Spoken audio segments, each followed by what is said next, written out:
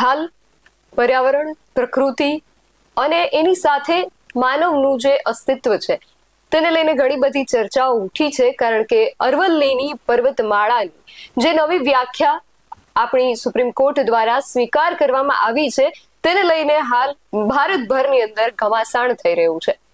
પરંતુ આ જ્યારથી વ્યાખ્યા સ્વીકારવામાં આવી છે ત્યારથી લઈને અત્યાર સુધી આ વ્યાખ્યાને લઈને ઘણી બધી ઘમાસાણો ને ઘણી બધી અસમંજસ જે છે એ ઊભી થઈ છે.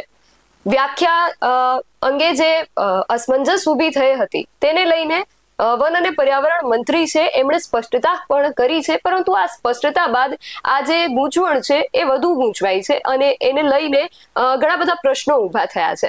અને આ બધા જ પ્રશ્નોની અંદર એક સૌથી મોટો પ્રશ્ન એ ઊભો થયો છે કે શું આપણે વિકાસને, પરિવર્તન અને જે પ્રકૃતિ છે એનો પર્યાય બનાવી દીધો છે? આજે આ વિશે વિગતે ચર્ચા કરીશું આ સ્પેશિયલ એપિસોડમાં. જય હિન્દ BSI ન્યૂઝ પર આપની સાથે હું છું નિધિ ગઢવી. અરવલ્લીને લઈને હાલ ભારતભરમાં જે ઘમાસાણને જે પ્રશ્નો ઊભા થયા છે અને જે ગૂંચવણો ઊભી થઈ છે તેની આજે આપણે સ્પષ્ટતા કરવી છે. અને આ સ્પષ્ટતા અંગે અમે આજે BSI ના સ્ટુડિયોમાં આમંત્રિત કર્યા છે પર્યાવરણવિદ અને નિવૃત્ત વન અધિકારી VD બાલા સરને. સર, BSI ન્યૂઝમાં આપનું ખૂબ સ્વાગત છે. અને સૌથી પહેલા તો આજે અરવલ્લીને લઈને ભારતભરમાં જે પ્રશ્નો ઊભા થયા છે આપની પાસેથી સરળતાથી આ મુદ્દાને સમજવો છે, કારણ કે સામાન્ય માણસની સમજણની બહાર આ બધી જે વ્યાખ્યા છે, જે પ્રશ્નો ઊભા થયા છે એ સામાન્ય માનવી જે છે એની સમજણની બહાર છે. પણ એને કદાચ એટલો અહેસાસ થઈ રહ્યો છે કે આમાં ક્યાંક એવું કંઈક ખોટું થઈ રહ્યું છે જે ભવિષ્યમાં પોતાને અને એની આવનારી પેઢીને અસર કરતા થઈ શકે છે. એટલે સૌથી પહેલા તો અરવલ્લીની જે પર્વતમાળા છે એ 4 રાજ્યોની અંદર ફેલાયેલી છે. ગુજરાત, રાજસ્થાન, હરિયાણા અને દિલ્હી સુધી આ પર્વતમાળા ફેલાયેલી છે. તો આ બધા જે રાજ્યો અને કેન્દ્ર શાસિત પ્રદેશો છે એના માટે આ પર્વતમાળાનું શું મહત્વ છે એ તમારી પાસેથી સમજવું છે. ખાસ જોઈએ ને તો પર્વતમાળા ઈ ભગવાન છે, હું તો એમ કહું, પ્રકૃતિ. હવે આપણે છોડમાં રણછોડ માનીએ, નદીને માં કહીએ. ભારતીય સંસ્કૃતિની અંદર આવી પર્વતમાળા જે 250 કરોડ પ્રકાશ વર્ષ જૂની છે, 250 કરોડ વર્ષ. હવે આવી જે છે પર્વતમાળા એને અત્યારે નુકસાન ઘણું બધું થઈ ગયું છે અને અત્યારે થાય છે. તો આટલો વિવાદ કેમ હોય કે ભાઈ કાંઈક ને કાંઈક હોય. આપણે કંઈક ભાઈ દાળમાં કાઢું છે, હું તો કહું દાળ જ કાઢી છે, દાળમાં કાઢવાની વાત જ નથી. પણ આટલો બધો ઓવાપો છે. જે પર્વતમાળા આખા ભારતનું ફેફસું ગણાય, વન્યજીવો એટલા છે, ઓક્સિજનનો ખજાનો કહેવાય, એટલા વૃક્ષો છે. લંબાઈ લગભગ એની 800 કિલોમીટર અને પહોળાઈ છે 120 કિલોમીટર. આવડો મોટો ભગવાનનું જે સર્જન છે, હજારો વર્ષથી અહીંયા છે, ક્યારેય આટલું નુકસાન નથી થયું. અત્યારે જે નુકસાન થવા માંડ્યું છે એ ખૂબ થવા માંડ્યું છે. એટલે એનું મહત્વ એ છે કે એ આપણને જીવાડે છે. એ નહીં હોય તો ઘણા બધા પ્રશ્નો થાય, એ સૌને ખબર છે. છતાંય આપણે આપણો સ્વાર્થ, અત્યારે તો એવું છે યુગમાં કે પૈસાનો એવડો સ્વાર્થ વધી ગયો છે. વાતો કાંઈક કરવાની, અમલ કાંઈક કરવાનો, અને ઉપરથી આયલું આવે એટલે છે ને બધા એમ જ કરે છે. હું તો એમ કહું છું કે મહત્વ એનું એટલું છે કે તો ભગવાન છે, પર્વતનો રાજા છે. આખી દુનિયામાં સૌથી જૂના પર્વતો છે ને એમાંનો ઈ છે. એટલે એને આપણે પર્વતોને તો પૂજીએ છીએ, આપણું કલ્ચર છે, સંસ્કૃતિ છે. હવે ઈ પર્વત માટે થઈ અને ગામે ગામ રેલીઓ કાઢવી પડે, એ તો બહુ ખરાબ બાબત ગણું હું તો એને. અને જે રીતે આપણી સંસ્કૃતિમાં આપણા ભગવાન પણ આપણને, કૃષ્ણ ભગવાને પણ પર્વતની પૂજા કરવાનું શીખવ્યું છે. અને એ ભારતની અંદર જ્યારે એક પર્વતને લઈને જ આટલા પ્રશ્નો ઊભા થાય ત્યારે ખૂબ ગંભીર બાબત અને ગણી શકાય. અને સાથે જે વન મંત્રાલય છે એમના દ્વારા જે વ્યાખ્યા ફરીથી એમની ચોખવટ કરવામાં આવી છે, જ્યારથી આ ચોખવટ કરવામાં આવી છે ત્યારથી વધુ ગૂંચવણ ઊભી થઈ છે, વધુ કન્ફ્યુઝન ઊભું થયું છે. 100 મીટરને લઈને આ શું વ્યાખ્યા છે એને મારે તમારી પાસેથી વધુ સરળતાથી સમજવી છે. એમાં તો એવું છે, વ્યાખ્યાઓ છે ને કોર્ટ કરે કે વન મંત્રી કરે, વ્યાખ્યાઓ એટલી ગોળ ગોળ કરે છે. હું તો તમને જૂનો દાખલો દઉં, યુધિષ્ઠિર રાજાનો, નરો વા કુંજરો વા. ગોળ ગોળ હું કરવાની કહી છો, કહી દો કે હાથી મર્યો કે આ મર્યો કહી દો ને તમે. એટલે સ્પષ્ટતાઓ એટલી કરવી પડે. હું તો એમ કહું કરવી એટલે પડી કે 1 મહિનાથી એવડો બધો પ્રશ્ન હળગે છે એટલે સ્પષ્ટતા કરવી પડી. પહેલેથી તમે ચોખવટ કરી નાખો ને.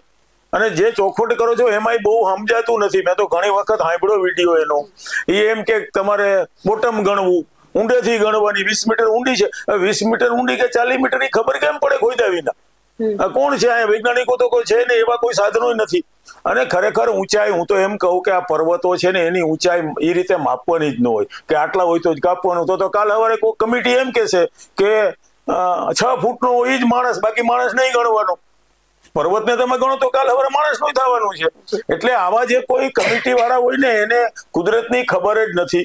ખાલી ઓફિસોમાં બેન ખૂબ ભણ્યા હોય. અરે આ તો કુદરત છે, પ્રકૃતિ છે. અહીંયા જઈને તમે બેથી બેહો તો ખબર પડે. મેં તો જંગલ ખાતામાં નોકરી મને કરી છે એટલે ખબર છે કે એ પર્વતો ઝાડ તમારી યારે બોલે, તમને શાંતિ આપે, તમને સુખ સમૃદ્ધિ આપે. હવે અત્યારે તો એવું થઈ ગયું છે કે ભાઈ બોલવું કાંઈક અને કરવું કાંઈક, એના હિસાબે આટલું બધું થાય છે. એટલે હું તો એમ કહું ને કે હવે લોકોએ જ કાંઈક આગળ આવવા જેવું છે. જી. અને અત્યારે જે રીતે લીઝને લઈને વાત થઈ રહી છે કે અત્યાર સુધી જે લીઝ ચાલી રહી હતી તેના માટે નવા કડક કાયદાઓ બનાવવામાં આવશે અને નવી લીઝ આપવા પર પ્રતિબંધ લાદી દેવામાં આવ્યો છે. તેના વિશે તમે શું કહેશો? કડક કાયદા તો એવું થાય, આપણે બધું બહુ નિવેદનો આવે છે ને, કડક પગલા લેશું, કડક આમ કરશું. હવે અત્યારે જૂની લીઝો, મેં તો જંગલ ખાતામાં નોકરી કરી એટલે બેન મને ખબર છે કે ધારો કે લીઝ આપી 2 હેક્ટર, જે ડિપાર્ટમેન્ટને આપ્યું ખાણખંડ, એ 2 હેક્ટર કે એટલી લીઝ વાપરે છે એનું નક્કી કોણ કરવા જશે? કોઈ જાતું નથી. લગભગ મોટી જગ્યાએ, ઘણી બધી જગ્યાએ તો 2 હેક્ટર આપ્યું તો 5 હેક્ટર વાપરે, 10 હેક્ટર વાપરે. અધિકારીઓ બધા ભેગા મળીને કરે છે. હું તો કહું છું ખરેખર એમ થવું જોઈએ કે ભાઈ તમે કડક થવું છે, હાલો નવી લીઝ નથી આપવી. જૂની લીઝમાં જો કાંઈ પણ હશે ભૂલો તો અધિકારી ઉપર એક્શન લ્યો. તમે 5 જણાને સસ્પેન્ડ કરી દો અને ડિસમિસ કરી નાખો. તમારી પાસે ઘણા બધા પાવર છે. અને આ તો કુદરત છે, કુદરતને બચાવવાની વાત છે. એવા જે કાંઈ અધિકારીઓ હોય જ એવા થોડાક, તો એને તમે કડક હાથે કામ કરો. અને બેન હું તો તમને એમ કહું, મારે તો ભૂતકાળમાં એવા અનુભવો છે કે સેન્ચુરીની બાજુમાં ઇકોઝોન જેને કહેવાય, એની અંદર પથ્થરની ખાણો હોય, એમાં હજી લાઇટ આપી હોય. તમે કઈ રીતે લાઇટ આપી શકો ભાઈ? તો એની ઉપર ખરેખર આપણે ત્યાં એક્શન નથી લેવાતા. વાતો એમ કરે ખૂબ કડક પગલા ભરશું અને સામેના માણાને થોડુંક એમ થાય ભાઈ સરકાર કડક પગલા કીએ તો સરકાર તો મા બાપ છે. પણ હવે હું તો એમ કહું ને કે કડક પગલા તો હવે લોકોએ મેદાનમાં આવવાની જરૂર છે કે ભાઈ લોકો છે ને સર્વોપરી છે. લોકોનો એકવાર તાકાત જોવે ને તો જ આ બધું સ્વીકારે, નહીતર સ્વીકારે નહીં. એટલે હું તો તમારા માધ્યમથી બધાને વિનંતી કરું કે વર્ષો પહેલા લોકશાહી નહોતી ત્યારની વાત કરું તો એક ઘણા ગામની અંદર, આપણે અહીંયા છે કાઠિયાવાડમાં, એક તેતર માટે માણસ મરી ગયો, જીવ દીધો છે. એક હરણ માટે જીવ દીધો છે. મારા ગામની વાત કરું તો હજારો વર્ષ પહેલા એક ખેડૂતે કાળિયાર હરણ માટે થઈ અને જીવ દઈ દીધો. એ હાથી હાંકતો તો હરણ અહીંયા આવ્યું, પાછળ ઓલા આવતા હતા માણસો રાજાના, આપ્યું જ નહીં. એ મને મારી નાખો ત્યાં નહીં આપું. તો પેલા ગામે ગામે એવું થતું હતું ભાઈ, કુદરતને પ્રકૃતિને બચાવવા માટે આપણે મથતા હતા. આ એ જ ભારતના લોકો છે. અત્યારે આપણે ક્યાંક ઝાડવું કપાતું હોય તો કાંઈ કરતા નથી. મેં તો 3-4 વખત એવડા ઉહાપો ઝાડ માટે કર્યા છે, બેસણા કર્યા છે, તો 10 જણા સમજાવવા આવે ભાઈ ભૂલ થઈ ગઈ, નાનું ઝાડ કાપી. અરે ભલામણા એ કઈ ભૂલ છે? એટલે આપણે ત્યાં શું છે કે કહેવાનું જુદું છે અને અમલ જુદો છે. એટલે ત્યાં સુધી, અને ઉપરથી બધા જોતા જ હોય. ધારો કે હું મારા ઘરમાં બોલું કાંઈક ને અમલ કાંઈક કરું ને તો મારી પ્રજાની ખબર પડે. એટલે હું તો બધાને તમારા માધ્યમથી એમ કહું છું કે હવે લોકોએ મેદાનમાં આવવાની જરૂર છે કે ભાઈ તમારી વ્યાખ્યાઓ હવે રહેવાની. આની વ્યાખ્યા જ પર્વતી પર્વત છે, એ આપણો બાપ છે, આપણી માં છે, વૃક્ષો કેટલા બધા, અને પૃથ્વી ઉપરના તો આપણે ભગવાન છીએ. જો આપણે ન્યાય નહીં કરીએ તો એને ક્યાં જવાનું? બધું તમારે 2-4% ખનન કરવું હોય તો કરો, કાંઈ વાંધો નથી. પણ જેટલું થાય ને એટલું ક્લિયર કટ થવું જોઈએ. કડકની વાત તો ગામ કરે. તમારે હું કડકાઈથી કામ લઈ કરવાનું જ ન હોય. તમે કડક હાથે કામ લ્યો ને, મેં તો જંગલ ખાતામાં કામ લીધું છે કડક હાથે. ગામને ખબર હોય, મારે કેવું જ ન પડે કે હું કડક હાથે કામ કરવાનો છું. તમે એક્શનમાં આવી જાઓ, તમે એક્શન લ્યો એટલે લોકોને ખબર જ પડી જાય કે આ જવાય નહીં, ઓલો મોટો બાપ આપણને હક નહીં કરવા દે. બીક, એક ડર છે ને, ડર તો હોવો જ જોઈએ. સરકારનો ડર હોવો જોઈએ, માવતરનો ડર હોવો જોઈએ. ડર વિના કાંઈ થાય નહીં. ભય વિના પ્રીત થાય નહીં. એટલે ખાસ તો આપણે ત્યાં છે ને બધી વાતો બહુ થાય, મીઠી મીઠી વાતો કરીએ પછી ઘીરે જતા રહીએ. એટલે આમાં તો હું તો એમ કહું કે ભાઈ લોકો ખૂબ જાગૃત થયા છે. રાજસ્થાનમાં તો આપણે જોઈએ ને તો એમ થાય હજારો માણસો ભેગા થયા, થવા જ જોઈએ કે ભાઈ પર્વત કપાશે નહીં, નાનો હોય મોટો હોય ભલે હોય, તમારે વિકાસ કરવો છે તો થોડોક એરિયા તમે એમાંથી લઈ લ્યો, કાંઈ વાંધો નહીં, 2-4%. પણ 2-4% બોલવાનું હોય છે, એનાથી ઘણું બધું લઈ લેતા હોય છે. એટલે જે નિવેદન કરે ને એને સમજવું જોઈએ કે ભાઈ હું માણસ છું, આ પ્રકૃતિને હું પૂજું છું, મારા પૂર્વજો પૂજતા હતા, આમાં ખોટું બોલાય જ નહીં. એટલે અને જે કાંઈ બોલે ને ટોચ ઉપર બેઠા છે લોકો એ ક્લિયર કટ બોલવું જોઈએ, યુધિષ્ઠિરની જેમ બોલાય જ નહીં. જી. અને જે રીતે કહેવાય રહ્યું છે કે આ જે પર્વતમાળા છે એની અંદર એના પેટાળમાં કે એની પાસે એવા ખનીજો છે, એ કયા ખનીજો છે જેની નજર જે છે આ જે ખનન માફિયાઓ છે એની નજર એમના ઉપર છે, અને એના શું ઉપયોગ થઈ શકે છે જેને લઈને આ બધી કમાસણ ચાલે? ઘણી બધી ખનીજોમાં તો તમે જોવો તો બાર વિનાની ખનીજો નીકળે, ટાઇલ્સ નીકળે છે, માર્બલ નીકળે છે, બીજી ઘણી બધી ખનીજો નીકળતી હશે, હું તો એમ બહુ ગયો નથી. પણ એ બધું છે ને કુદરતનો ભંડાર છે. આટલા વર્ષોમાં જે કાંઈ થયું ત્યાં તો એ ખનીજો ઉપર આ બધાનું ધ્યાન છે. અને આ જે કોઈ ખનીજ માફિયા હોય ને એ સામાન્ય માણસો નથી, બહુ પહોંચતા માણસો હોય, સત્તાવાળાની સાથે બહુ નજીકના સંબંધો હોય. હું તો એમ કહું કદાચ ભાગે રાખતા હશે થોડાક, ભાગ વિના આવું થાય જ નહીં કોઈ દી. કોઈની તાકાત નથી કે ભાઈ તમે ગમે અહીંયા ખનીજ કરી રાખો, તમને કાંઈ થાય નહીં. અને ખરેખર તો જે કાંઈ આ કુદરતને નુકસાન કરે ને એ ચાલે નહીં, બીજું થોડુંક નુકસાન તમે ચલાવો તો કાંઈ વાંધો નથી, એ ન ચાલવું જોઈએ. પણ કુદરતને નુકસાન થાય. આ કરોડો વર્ષથી જે આ પર્વત છે એ ધારો કે ધ્યાન નહીં રાખીએ તો 50-100 વર્ષમાં પતી જવાનો છે, પછી શું? અને હું તો એમ કહું કે આ પૃથ્વી છે ને આવનાર બાળકની છે, માલિક ઈ છે. આપણે તો બધા એને હાંચવા વાળા છીએ. હવે હાંચવા વાળા જો આ રીતે પતાવી નાખે તો કોઈથી ભેગું જ ન થાય. એટલે કુદરત તો બચવી જ જોઈએ. લોકોએ ખરેખર તો મેદાનમાં આવવું જ જોઈએ કે ભાઈ હું જીવું છું પણ મારી આવનાર પેઢીનું શું થવાનું છે. અત્યારે પ્રશ્નો ઉભા થતા જ જાય છે. ધારો કે તમે હવા જુઓ દૂષિત, AQI તો રાજકોટમાં 300 થઈ ગયું છે, દિલ્હીમાં 500 એવરેજ થઈ ગયું છે. હવે એ જાડી ધારો કે ખતમ થઈ ગઈ, એવડો મોટો એરિયા છે, બહુ મોટો એરિયા છે, એ એરિયા ખતમ થઈ જાય ને તો કુદરતની જે પર્યાવરણને સાચવવાની જે આખી ટેકનિક છે ને એ ખતમ થઈ જાય. ભૂગર્ભ જળ પાણી પુષ્કળ પાણી ઉતરે છે, એ બધા પથ્થરો એવા પોચા છે તૈડો વાળા, વરસાદનું પાણી ખૂબ ઉતરી જાય. હવે ધરતીમાં જ પાણી નહીં તો આપણે શું કરશું? એટલે આ છે ને એ એરિયાને પૂરા દિલથી સાચવવું જોઈએ. હું તો જે કોઈ સત્તા ઉપર બેઠા છે ને હું કહું તમારા માધ્યમથી કે ભાઈ આ તો ભગવાન છે, આ પર્વતી ભગવાનનો જ અવતાર છે. કેટલા બધા જીવો અંદર આશરો લઈને બેઠા છે, એનું ઘર તમે તોડી નાખો તો પછી ભગવાન આપણું ઘર તોડી નાખવાનું. ભગવાનમાં તો છે જ, પણ પછી આપણે તો વિયાગ્ય છો, આપણી પ્રજાને ભોગવવાનું આવશે. જી ચોક્કસ. આ એક અમૂલ્ય વારસો છે જે આપણા પૂર્વજોએ આપણા સુધી પહોંચાડ્યો છે, અને આપણે પણ આપણી આવનારી જે પેઢી છે એમના સુધી આ પહોંચાડવાનો છે. પણ તમે જે વાત કરી ખરેખર એને સાંભળીને આપણને એમ થાય એકવાર વિચાર કરવો પડે કે આપણે આ કઈ તરફ, કઈ દિશા તરફ આપણે આગળ વધી રહ્યા છીએ. કે જ્યારે કોઈ ઝાડને કાપી નાખવામાં આવે ત્યારે એવી સ્પષ્ટતા લોકો આપે કે આ તો નાનું ઝાડ હતું કે મોટું ઝાડ હતું.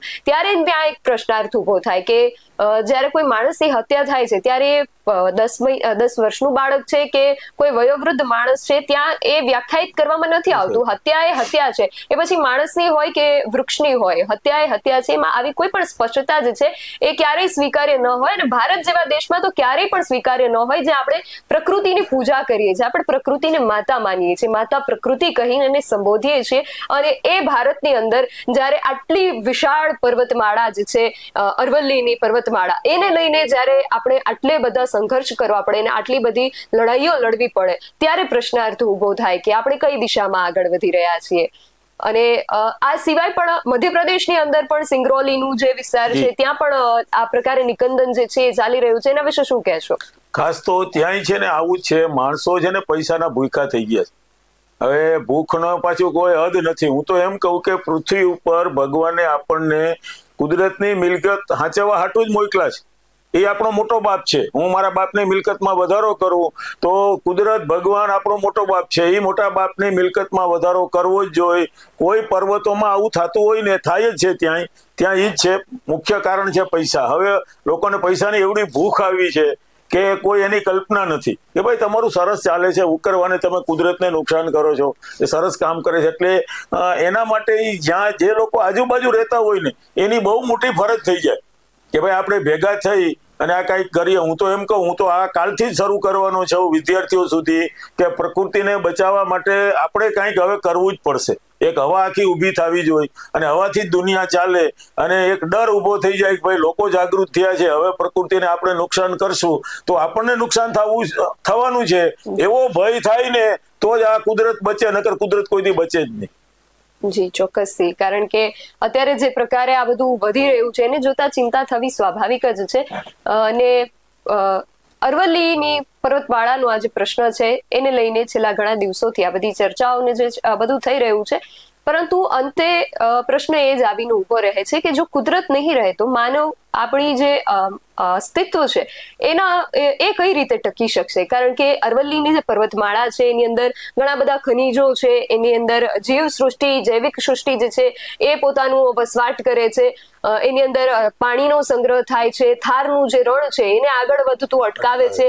જ્યારે જો આ પર્વતમાળા નહીં રહે તો કેટલા બધા પ્રાકૃતિક પ્રશ્નો જે છે માણસની સામે આવીને ઉભા રહી જશે ને ત્યારે આ કુદરતનો જે પ્રકોપ છે એની સામે માણસ જે છે એ પાંગડો બનીને ઉભો રહી જાય છે, કારણ કે એની પાસે પછી કોઈ જ રસ્તો નથી હોતો.